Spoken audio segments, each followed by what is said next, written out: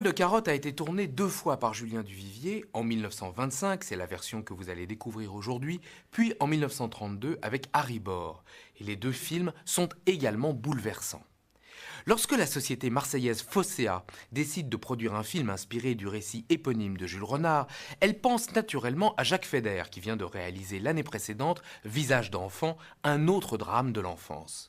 Feder, séduit par l'idée, écrira une première version qui ne verra jamais le jour.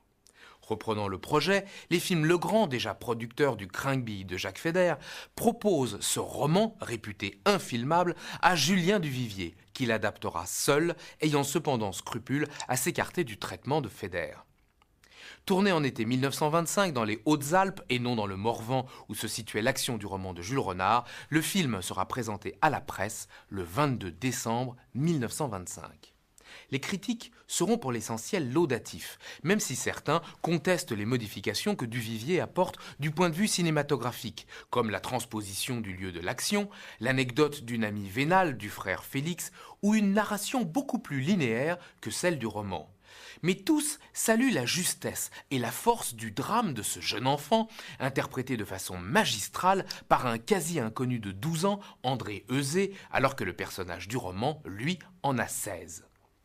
Le parallèle avec le film de Feder est inévitable, et la revue Cinéa écrira « Lorsqu'on voit André Euzé dans Poil de carotte, malgré nous, nous pensons à Jean Forest dans Visage d'enfant.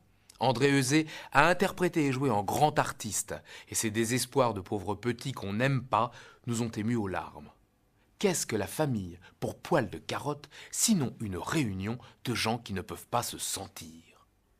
Mais ce qui donne force au film, c'est cette galerie de portraits. Ce sont les petits détails, les rictus, les visages, cet univers fait de non-dits et d'obsessions toujours tues, et dont les acteurs sont les monstres d'ignorance, de méchanceté ou de lâcheté que l'on voit à l'image. Aux côtés de Poil de carotte, Henri Cros est un monsieur Lepic magistral, et Charlotte Barbier, Madame Cros à la ville, interprète dans la démesure une mère qui pousserait plus d'un à des solutions ultimes.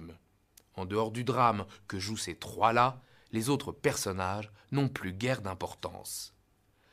Duvivier, en cinéaste pointu, profite de ce drame bourgeois dans une commune rurale pour filmer les petitesses humaines dans les moindres recoins.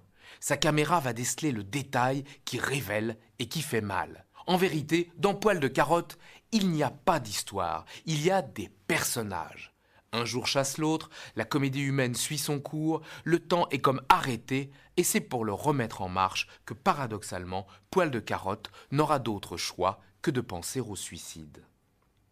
La copie que vous allez découvrir aujourd'hui est reconstruite à partir d'une sauvegarde effectuée par la Cinémathèque française en 1985, d'après le négatif original en début de décomposition, et de 2 éléments nitrates, dont l'un contenait encore les teintes de l'époque.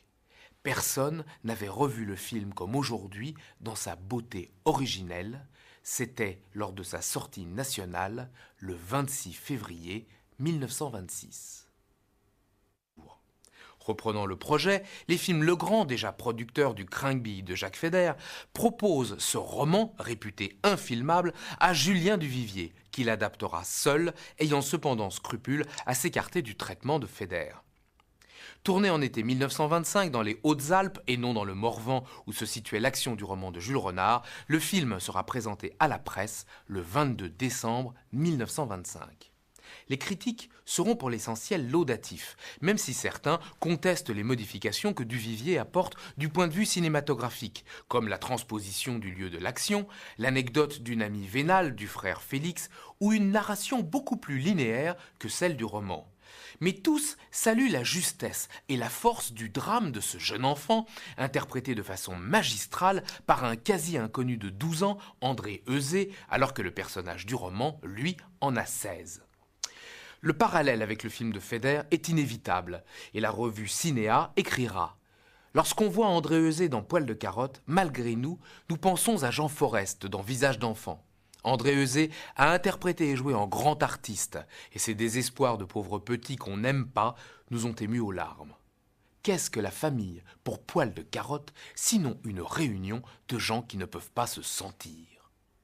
Mais ce qui donne force au film, c'est cette galerie de portraits. Ce sont les petits détails, les rictus, les visages, cet univers fait de non-dits et d'obsessions toujours tues, et dont les acteurs sont les monstres d'ignorance, de méchanceté ou de lâcheté que l'on voit à l'image. Aux côtés de Poil de Carotte, Henri Cros est un monsieur Lepic magistral, et Charlotte Barbier, Madame Cros à la ville, interprète dans la démesure une mère qui pousserait plus d'un à des solutions ultimes.